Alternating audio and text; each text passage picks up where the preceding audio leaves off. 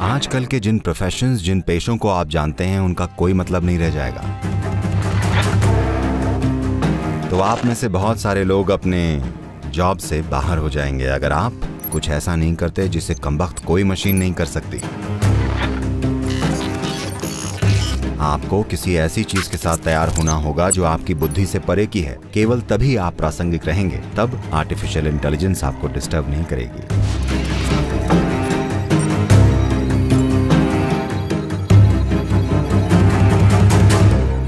तो आज की तकनीकी दुनिया में हमें पता है कि आर्टिफिशियल इंटेलिजेंस और रोबोटिक्स हावी हो रहे हैं।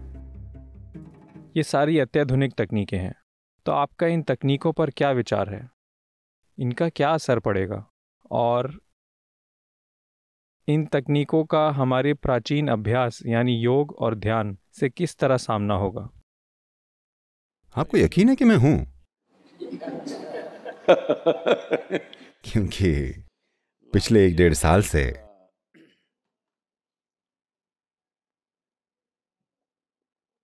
ये लोग मुझे दुनिया भर में हो रही हर तरह की आर्टिफिशियल इंटेलिजेंस कॉन्फ्रेंस में बुला रहे हैं। मुझे आश्चर्य हुआ कि आर्टिफिशियल इंटेलिजेंस के बारे में बोलने के लिए मुझे क्यों बुलाया जा रहा है, क्योंकि ना तो मैं इस क्षेत्र का एक्सपर्ट हूं, न ही मैं आर्टिफिशियल इंटेलिजेंस हूं।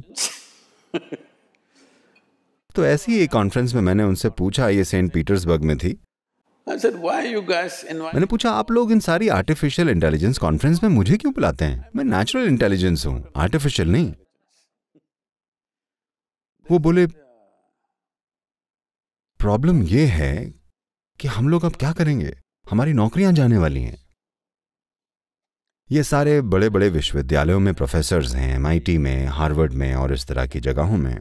ये लोग मुझसे पूछ रहे हैं कि अगले 10 सालों में हम लोग क्या करेंगे, क्योंकि वो सब कुछ जो हम जानते थे, जिसे अब तक पवित्र माना जाता था, अचानक से वो सब कुछ एक छोटी सी मशीन में आने वाला है।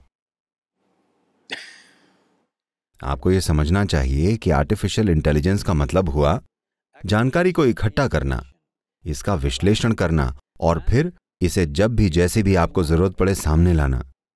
इस काम का इंसानी क्षमता के हिसाब से आने वाले दिनों में कोई मूल्य नहीं समझा जाएगा, क्योंकि एक छोटी सी मशीन इस काम को किसी भी इंसान से कहीं ज्यादा बेहतर कर लेगी।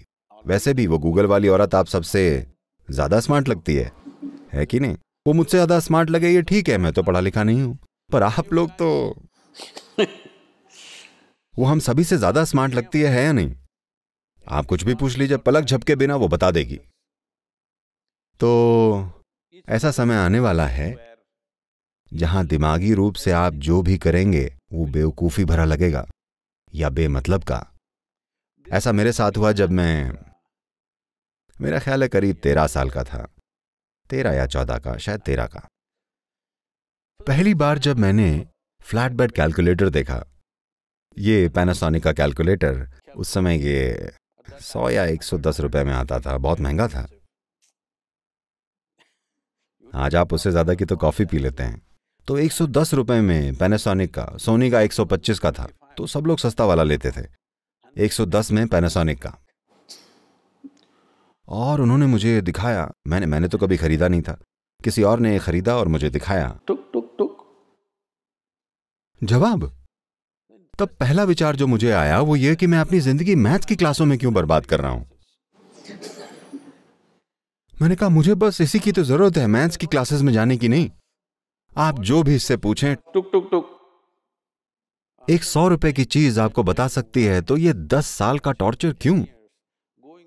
ये अंकगणित और बीजगणित और हर तरह की चीजें क्यों? ये साइन थीटा कॉस थीटा भी कर सकता है, या जो भी बकवास आप चाहें।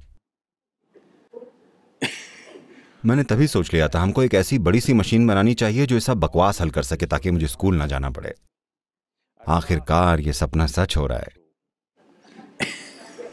अगले 10 से 15 सालों में वो पढ़ाई लिखाई जिसे आप जानते हैं, आजकल जिन प्रोफेशंस, जिन पेशों को आप जानते हैं, उनका कोई मतलब नहीं रह जाएगा, क्योंकि आज उन्होंने इस तरह की मशीनें बना ली हैं। तो जब ऐसा हो जाएगा तो ऐसी ढेर सारी चीजें जिन्हें सीखने में हम कई साल खर्च कर रहे हैं निरर्थक हो जाएंगे। वो ऐसा कुछ डिजाइन कर रहे हैं कि एक ग्राहक अगर आकर बताए मुझे कैसा मकान चाहिए, मेरी कलात्मक समझ कैसी है, मेरी संस्कृति क्या है, मुझे क्या पसंद है, इसे कैसे होना चाहिए और मेरा बजट क्या है। एक मशीन घर का पूरा डिजाइन बना देगी, 10 अलग अलग चॉइसेस भी देगी जैसा आपको चाहिए, जिसमें पेंटिंग, दीवारों की हैंगिंग, फर्नीचर भी होगा और सारे काम के साथ। और अब वो कह रहे हैं कि अगले 5 से 7 साल में ऐसा बता रहे हैं कि वो घर तक प्रिंट कर देगी और बना देगी। तो आप लोग डिजाइन वालों की सोचिए। तो आप में से कई अपने जॉब से बाहर होंगे अगर आपने कुछ ऐसा नहीं किया जो कोई कमबख्त मशीन नहीं कर सकती। आप सभी को अभी से इसके लिए तैयार हो जाना चाहिए। आपको कुछ ऐसा काम करना आना चाहिए जो आपकी बुद्धि से परे हो।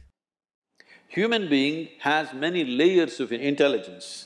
Intellect is only a small part of it. एक इंसान में बुद्धि के कई आयाम होते हैं, दिमागी बुद्धि इसका बस एक छोटा सा हिस्सा है। इस समय हमारा एजुकेशन सिस्टम पूरी तरह से एक इंसान की तार्किक बुद्धि के विकास में लगा हुआ है और हम सोचते हैं कि जीने का ये एक सबसे भव्य तरीका है। नहीं, ये नहीं है।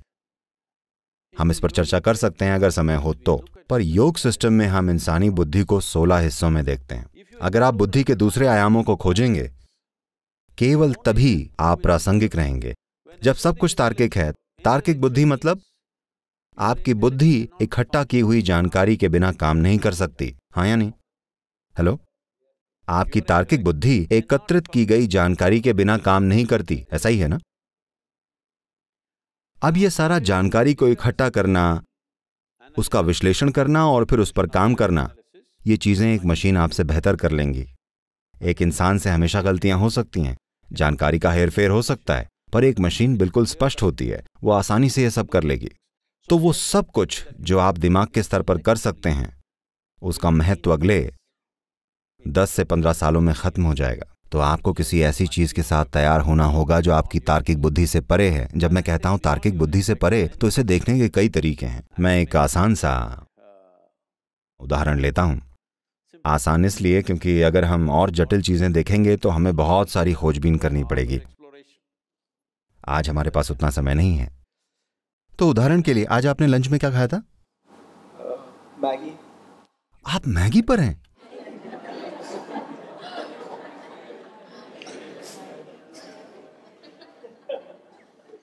क्या कोई इनके खाने पीने का ख्याल रखे भाई? ये मैगी पर हैं।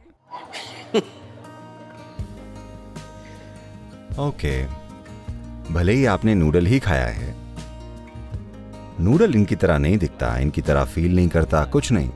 पर ये नूडल जो इन्होंने खाया था, वो 3 से 4 घंटों में ये मैगी नूडल एक इंसान बन गया है कि नहीं? हाँ, एक हिस्सा है ना? ये सिस्टम का एक हिस्सा बन गया है। So you are manufacturing. तो आप इतनी जटिल मशीन का निर्माण मैगी नूडल से कर रहे हैं।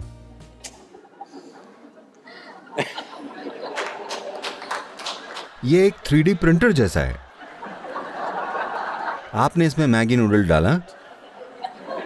नहीं, मैं मैगी नूडल से नहीं बना हूं, ओके? मैं इससे बेहतर चीजें खाता हूं। But you put a chapati into this becomes a human body.